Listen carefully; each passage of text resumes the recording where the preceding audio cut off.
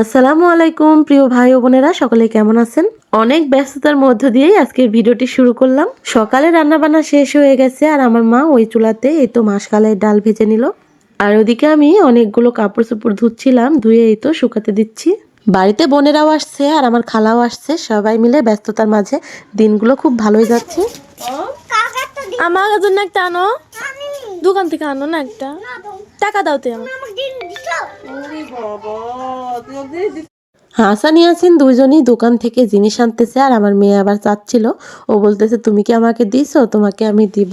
ছোটগুলাই এখন কিন্তু বেশি পাকনা পাকনা কথা বলে। আর এই তো মাসকালের ডালগুলা ভাজা হয়ে গেছে, এদিকে আমি জাতাই ভেঙে নিচ্ছি। আর ডালগুলো একটু ঠান্ডা হলেই ভাঙতে হবে, তাহলে খোসাগুলো ভালো উঠবে। এই জাতাটা অনেকটাই ছোট আর এই জাতা দিয়ে ডাল ভাঙলে অনেকটা ভালো হয়। ডালগুলো এখন ঝেড়ে পরিষ্কার করে নিতে হবে। আর এই